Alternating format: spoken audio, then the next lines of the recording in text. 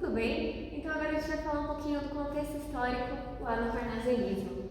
Bom, o parnasianismo ele surge na França em 1950 como oposição ao sentimentalismo e o romantismo.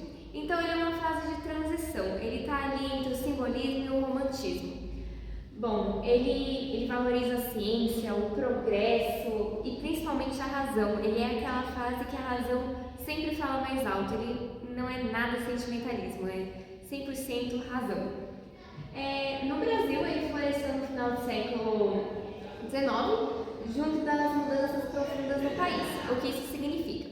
Bom, nessa época a gente teve lá em 1988 o fim da escravatura, a gente estava próximo à declaração ao fim do Império, então surge nessa época revolucionária, né, nessa época progressista.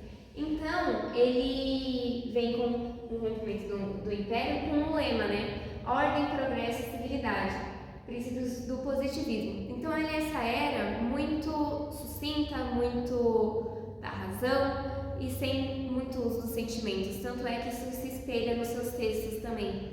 Então ele fala de contexto histórico, esse contexto de progressividade histórica.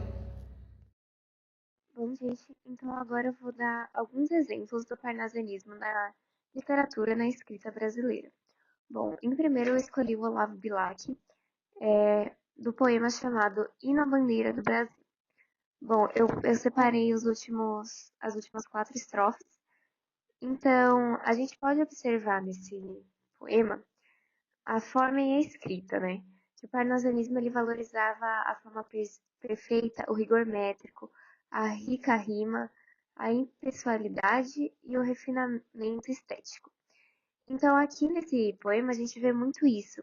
A gente vê essa valorização também à pátria, então, sobre a imensa nação brasileira, nos momentos de festa ou de dor.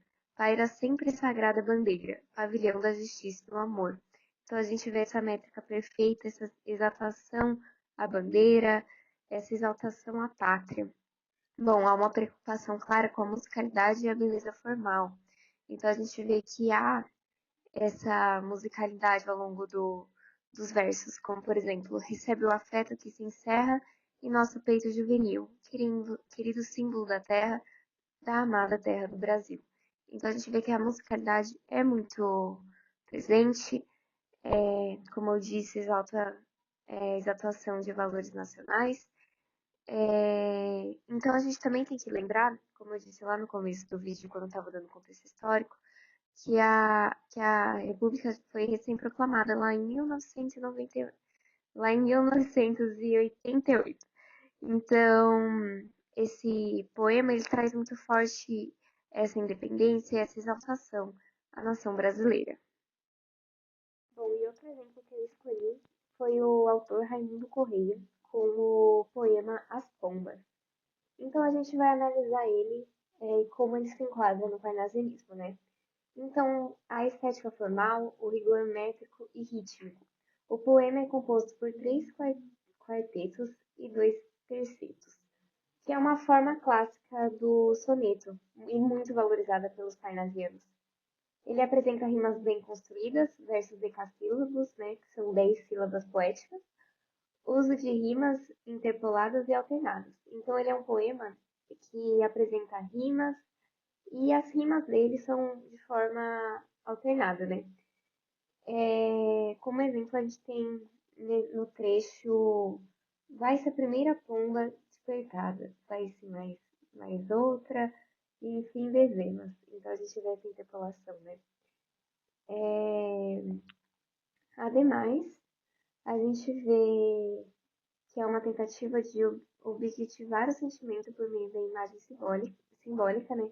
Que é o movimento das pombas, representando desejos, suspiros e emoções sutis. A gente também vê o presente a subjetividade, que está sugerida pelas imagens, mas não expressa diretamente. E também o uso muito forte de símbolos e analogias, como por exemplo, na última estrofe. No azul da adolescência, as asas soltas. Então a gente vê essa analogia, né? Da adolescência a balas soltas, né?